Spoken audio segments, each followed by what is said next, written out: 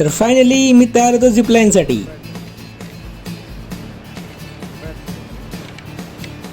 घेतले देवाचं नाव आणि ये.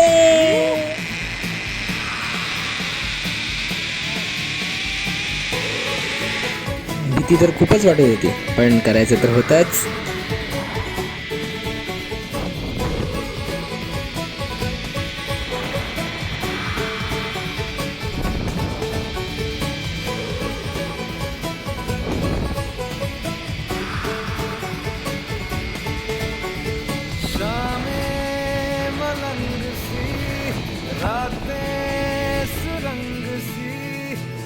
खूप लवकरच मी एका भागावरून दुसऱ्या भागात पोहोचलो.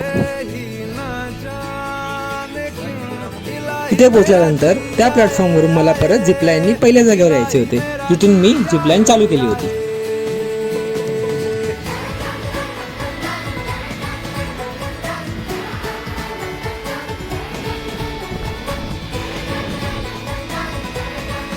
मनालीमधील माझ्या या प्रवासातील पहिला झिपलाईन अनुभव माझ्या मनात खूप दडला गेला.